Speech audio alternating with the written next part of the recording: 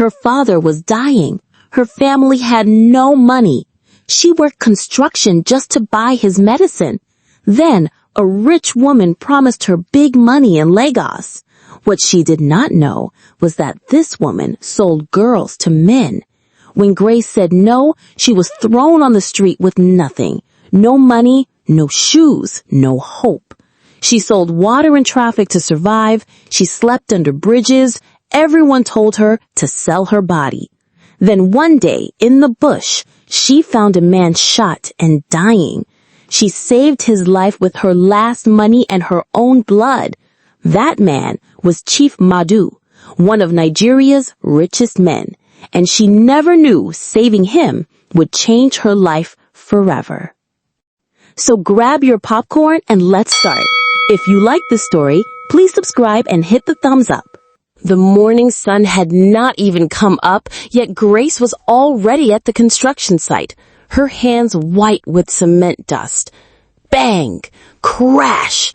Grace threw the heavy cement block down hard. Dust flew everywhere. The other workers jumped back. "Are you crazy, girl?" shouted Big Joe, the site supervisor. "That block almost hit my foot." Grace wiped sweat from her face with her dirty hand. "Sorry, sir, my hand slipped." But Grace was not sorry. She was angry, very angry. That morning, her father had coughed up blood again. Mama Grace had cried and begged God for help, but God was not listening. "I need more money," Grace screamed inside her head. "Papa is dying and I cannot save him." Grace was 22 but looked older. Hard work had made her hands rough like a man's hands. Her back hurt every single day, but she was the strongest woman in all of Nuska town. 2 years ago, Papa was the best teacher in the whole school. Children loved him. Parents respected him. Then one day, bam, sickness hit him like a truck. Nobody knew what was wrong. The local doctor said, "Take him to the big hospital in Enugu." The big hospital said, "Bring 50,000 naira first." 50,000 naira? Grace's family did not have 50 naira. Talk more of 50,000. So Papa stayed home, getting weaker every day. "Grace," Big Joe yelled again, "stop dreaming and carry those blocks." Grace bent down and lifted 2 blocks at once. The men around her gasped. "How can a woman lift 2 blocks?" whispered Small Peter. "She is not normal," said another worker. "Maybe she uses juju." Grace heard them but did not care. She had work to do. Vroom! Screech! A big black SUV came flying into the construction site. The engine was loud like thunder. Workers scattered left and right. "Who is this mad person?" Big Joe shouted. The car stopped just inches from a pile of cement bags. Everyone held their breath. The door opened slowly. Out stepped a woman who looked like she owned the whole world. Gold chains hung around her neck like a waterfall. Her dress was so expensive, it could feed Grace's family for 6 months. Her shoes were shining like mirrors. "I am looking for the strongest worker here," the woman announced in a loud voice. All the men puffed out their chests. "I am the strongest. No, pick me. I can lift anything." But the woman was not looking at the men. Her eyes were fixed on Grace. Grace was still holding the 2 cement blocks. Sweat poured down her face like rain. "You," the woman pointed at Grace, "drop those blocks and come here." Grace dropped the blocks with a loud thud. The ground shook. All the men's mouths fell open. "What is your name, strong girl?" the woman asked. "Grace, ma'am." "I am Madam Edora, but call me Madam A. I have been watching you work." Grace looked confused. "Watching me? When?" "For the past hour, I parked across the street and watched you lift blocks that 3 men cannot lift together." The worker started whispering excitedly. "She was watching us. Did you see her car? She must be very rich." Madame A raised her hand and everyone went quiet.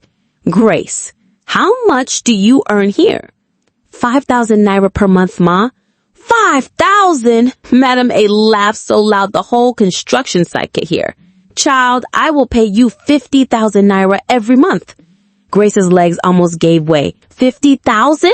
That was Papa's hospital money. But Ma, what kind of work? Grace asked. You will work in my company in Lagos. We need strong people like you. You will live in a fine house, eat good food, send money home to your family. Grace's heart was beating like a drum. Boom, boom, boom. When do I start, Ma? Right now. Pack your things and we leave in 1 hour. The workers started shouting, Grace is leaving. She will be rich. Lucky girl. Grace did not hear them. She was already running home. She burst through the door like a hurricane. Mama Grace, Papa Grace, come out now. Mama Grace ran out from Papa's room. What is wrong? Why are you shouting? Nothing is wrong. Everything is right. Grace was jumping up and down. A rich woman wants to give me work in Lagos, 50,000 naira every month. Mama Grace sat down hard on a chair. 50,000?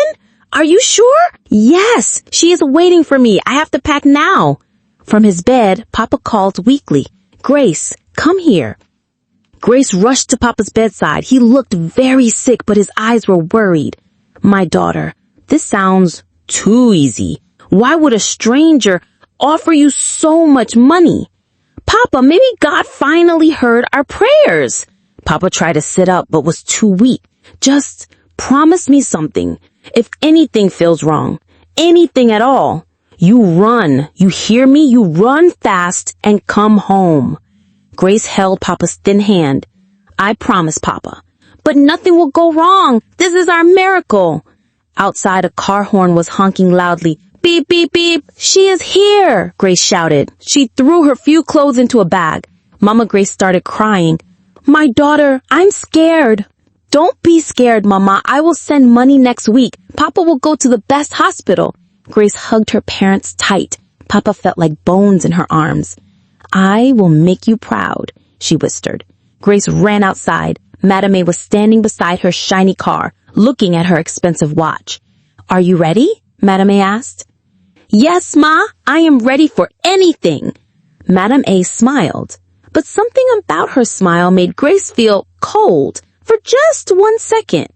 But the feeling passed quickly. Grace was too excited to think about it. She jumped into the car. The seats were soft like clouds. The car smelled like flowers and money. Lagos, here we come, Madame A said, and stepped on the gas pedal. The car shot forward like a rocket. Grace looked back and saw her parents waving from their doorway.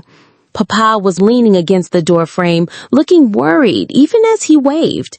Don't worry, Papa, Grace whispered to herself. Your daughter will save you. But as the car sped away from Tsuka town, Grace did not see the dark look that crossed Madame A's face when she thought Grace was not watching. Shh. Grace pressed her face against the car window as they flew past huge buildings that touched the sky. Her mouth hung open like a fish. Lagos! I am really in Lagos. Cars everywhere. Thousands and thousands of cars. The roads were so wide that 10 cars could drive side by side.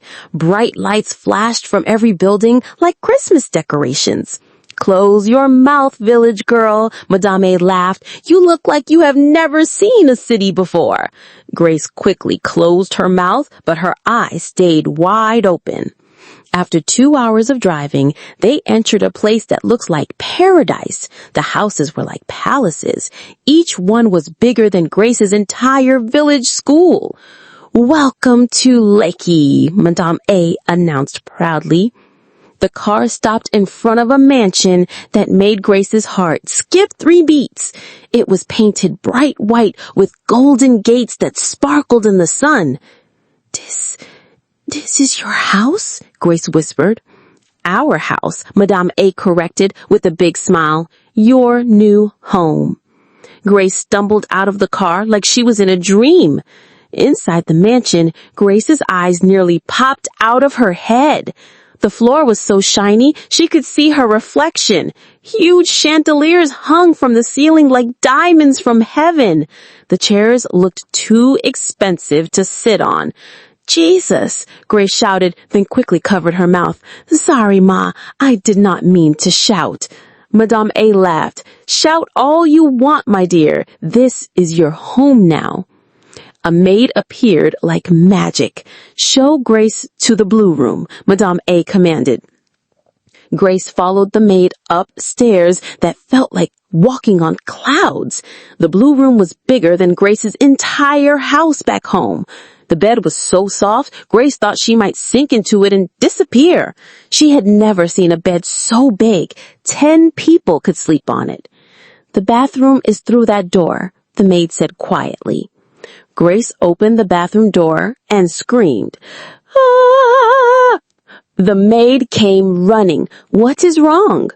Grace was pointing at the bathtub with her mouth hanging open. Is that a swimming pool? The maid giggled. No, it is a bathtub for washing. Grace touched the golden taps. When she turned one, hot water came rushing out like a waterfall. Hot water comes from the wall, Grace shouted in amazement. That first week was like living in heaven. Grace ate food she had only seen in movies. The rice was so white it looked like pearls. The meat was so tender it melted in her mouth like butter. Every morning she woke up in the soft bed and thought she was still dreaming. Every evening she sat in the beautiful parlor watching a television bigger than her bedroom wall back home. But something felt strange. Madame A, Grace asked on day 3, when do I start working? Soon, my dear. First you must rest and get strong. But I am already strong, Ma. I want to start sending money to my family. Madame A's smile became tight. Patience, Grace. Good things come to those who wait. By day 7, Grace was getting worried. Madame A, my father is very sick. I need to start work now and send money home. Madame A stared at Grace for a long moment.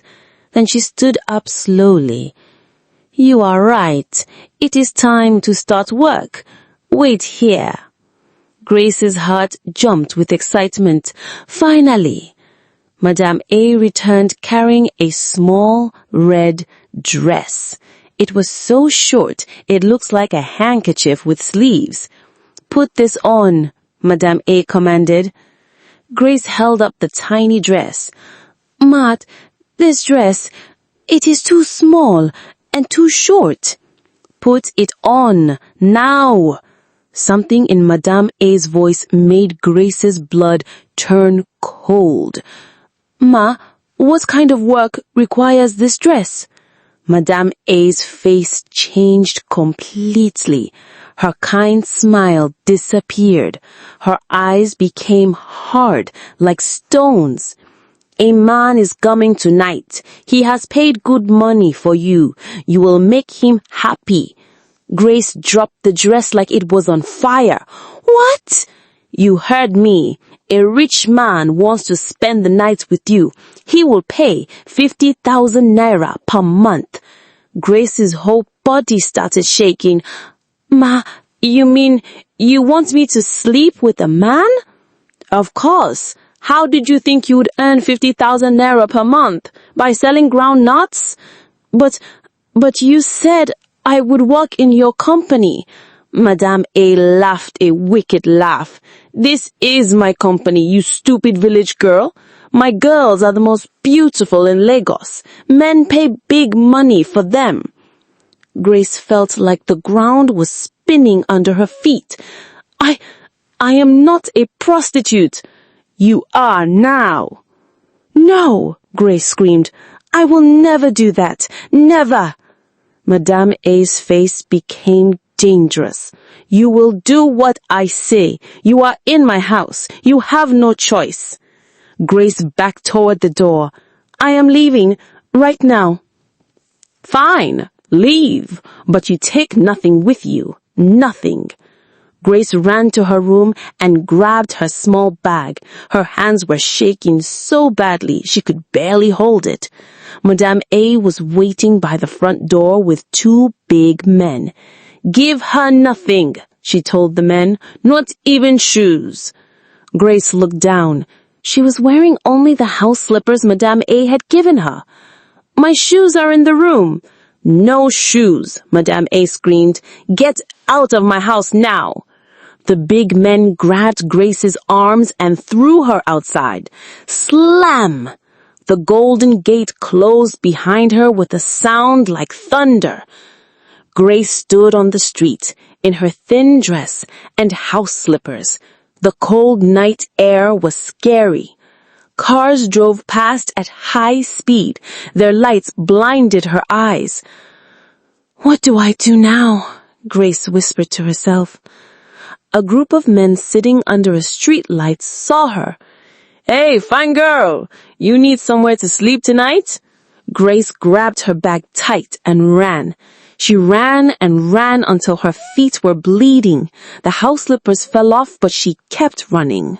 Finally, she found a small kiosk that was closed for the night. She crouched down beside it, using her bag as a pillow. The ground was cold and hard. Cars kept driving past, their noise keeping her awake. Grace started crying. "Papa," she whispered into the darkness, "I am sorry. I failed you." The next morning, Grace woke up to someone kicking her.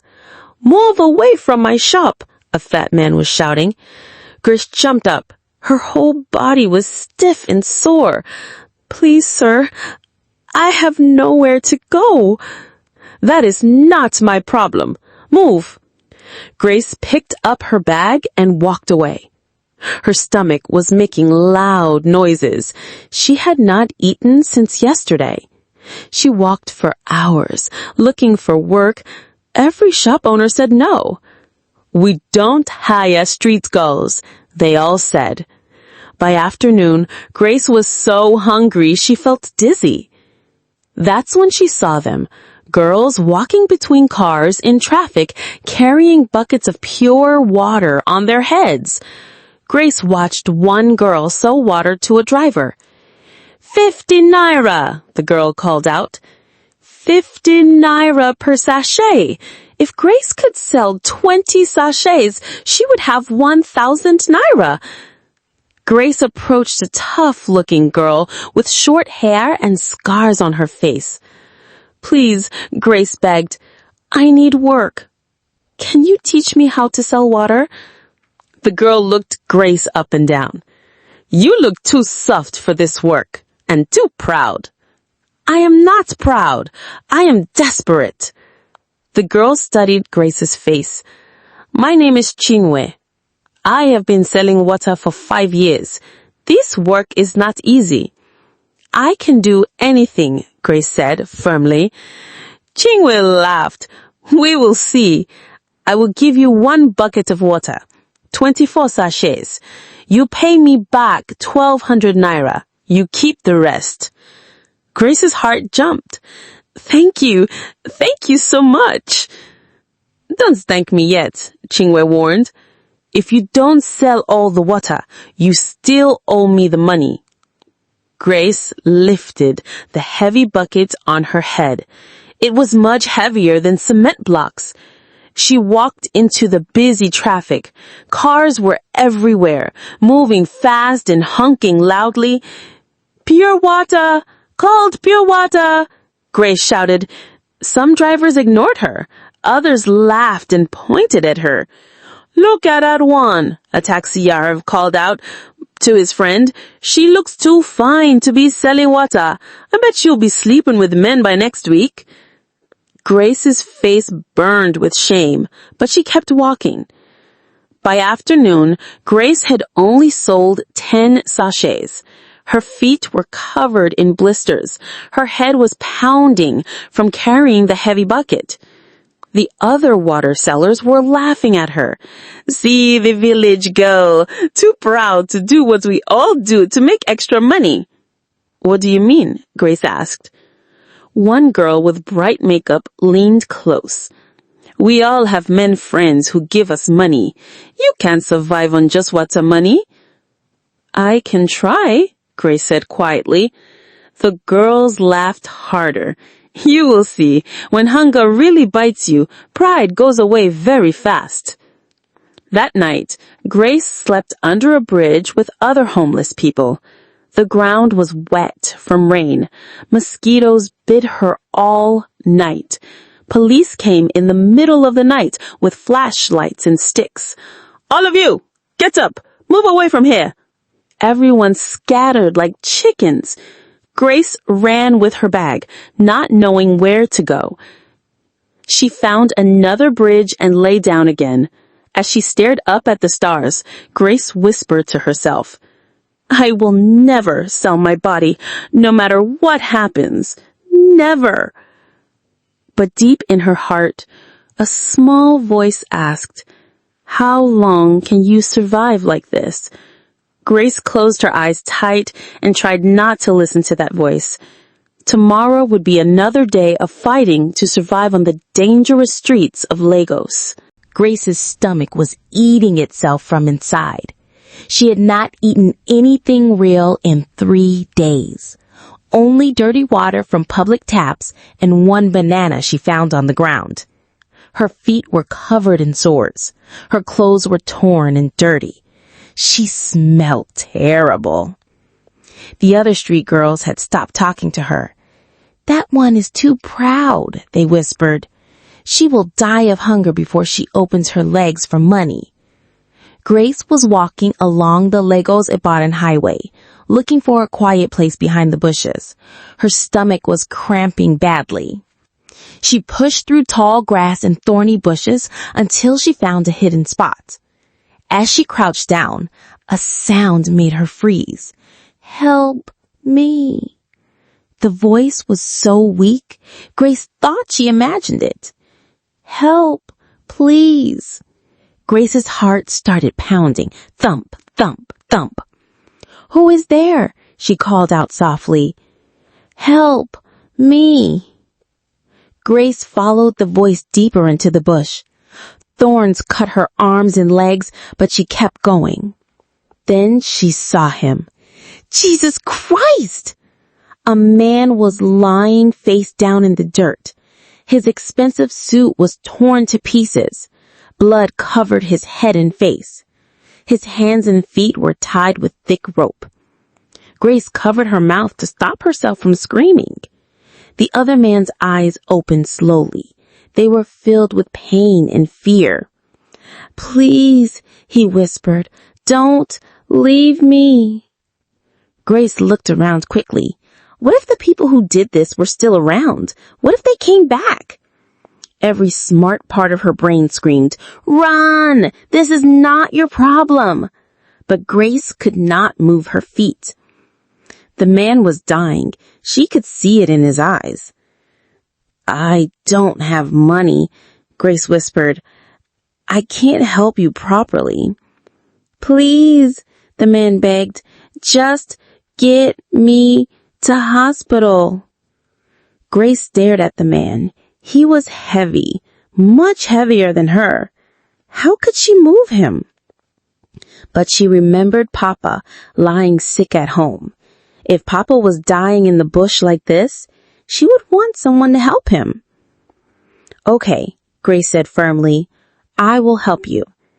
She knelt down and started untying the ropes around his hands. The knots were so tight her fingers started bleeding. Finally, his hands were free. Then she untied his feet. "Can you move?" Grace asked. The man tried to sit up but fell back down. "Too weak." Grace looked at him. He was twice her size. But she had carried cement blocks. She was strong. "I will drag you," she decided. Grace grabbed the man under his arms and started pulling. He was so heavy, like pulling a dead cow. "Come on," Grace shouted to herself. "You can do this." Step by step, she dragged him through the grass. Thorns cut her skin. Sweat poured down her face like rain. The man was unconscious now. His head was bleeding more. "Don't die," Grace panted.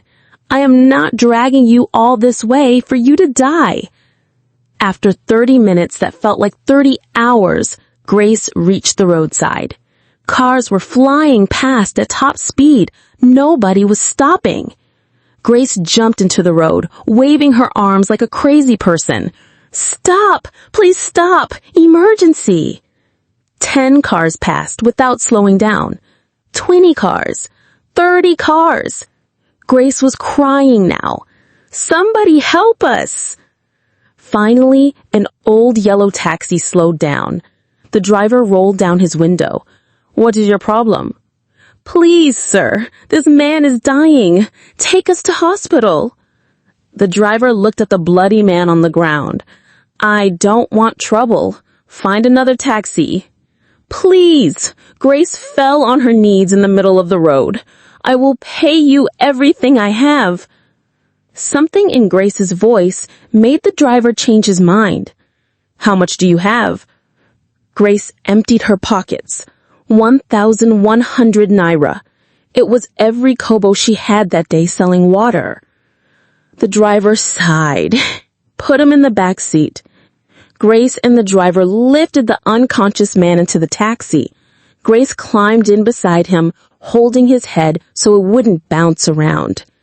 The taxi flew through Lagos traffic like a rocket. Grace prayed to God the whole way. "Please don't let him die in this taxi. Please, God." At Lagos General Hospital, nurses came running with a stretcher. "What happened to him?" a nurse asked. "I found him tied up in the bush," Grace explained quickly. "Are you his wife? Sister?" "No, I just found him. Please help him." The taxi driver was standing with his hand out. "My money." Grace gave him all her money. Now she had 0 naira, not even 10 kobo.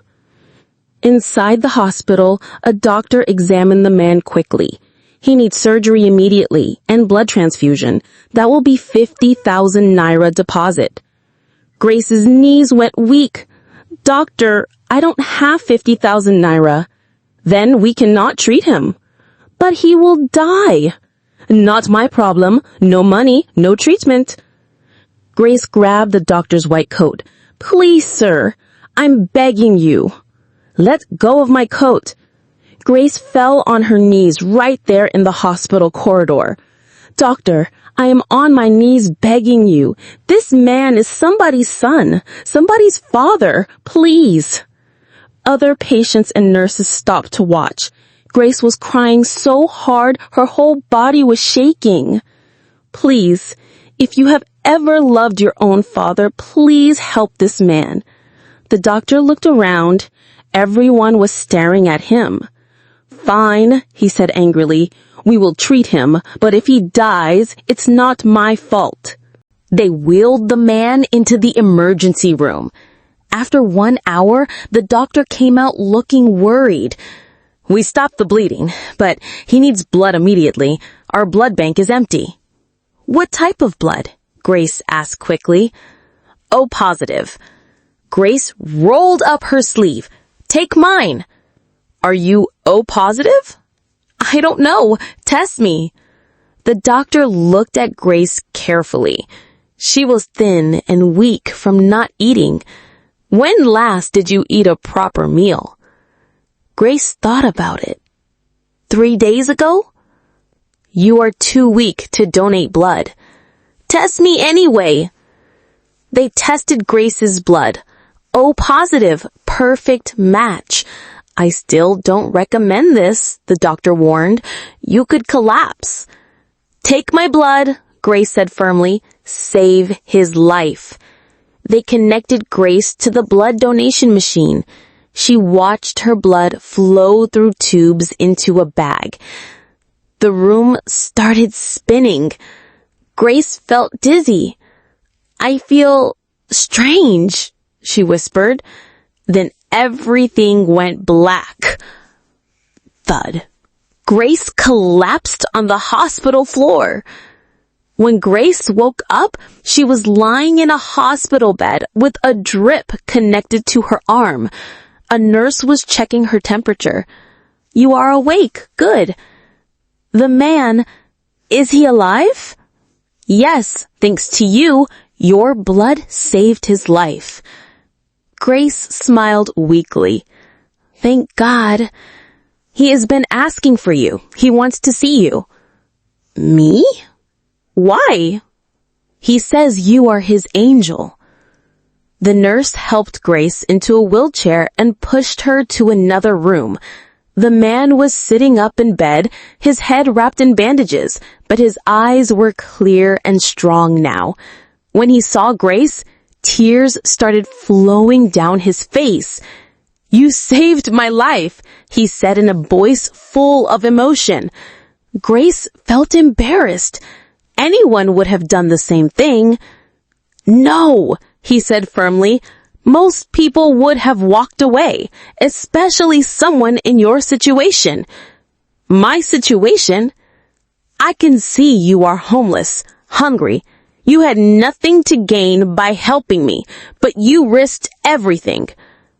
Grace looked down at her dirty clothes and bare feet. The man leaned forward. "What is your name?" "Grace, sir." "Grace, my name is Chief Madhu. I own Madhu Group."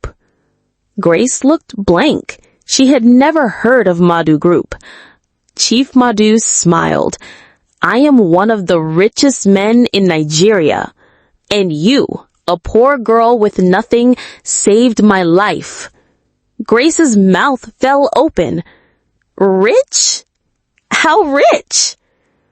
"Rich enough to change your life forever." Chief Madhu's voice became serious. "Grace, I was kidnapped 5 days ago. They beat me every day. My family paid 20 million naira ransom." 20 million naira? But the kidnappers decided to kill me anyway. They drugged me, tied me up, and left me in that bush to die. They thought wild animals would eat my body. Grace shivered thinking about it. "If you had not found me, I would be dead right now. My wife would be a widow. My children would have no father." Chief Madhu wiped tears from his eyes. "Grace, you gave your blood to save a stranger. You spent your last money on taxi fare. You begged doctors on your knees for someone you don't even know." Grace felt tears coming to her own eyes. "No one has ever shown me such kindness, not even my own relatives." Chief Madhu reached under his pillow and pulled out his phone. "From today, your life will never be the same again." He made a phone call. "Bring the car to the hospital and bring clothes for a young lady, size small." He hung up and looked at Grace with a big smile. "Pack your things, Grace. You are coming home with me." "Home?" "My mansion in Ikoyi. From today, it is your home too." Grace started crying. "Sir, I cannot accept." "You can and you will. This is not charity. This is gratitude. You saved my life. Now I will save yours." 30 minutes later, a shiny black Mercedes pulled up to the hospital. A driver got out carrying shopping bags full of expensive clothes. Grace changed into a beautiful dress that fit perfectly. Clean underwear, new shoes that did not hurt her feet. When she looked in the mirror, she did not recognize herself. Chief Madhu was discharged from the hospital. He had already paid all the bills, Grace's bills too. As they drove through Lagos in the Mercedes, Grace stared out the window in amazement. "Where are we going?" she asked. "Ikoyi, the most expensive area in Lagos." They drove through gates that were even more beautiful than Madam A's place. But this was different. This felt safe. This felt real. The mansion was like a palace from fairy tales.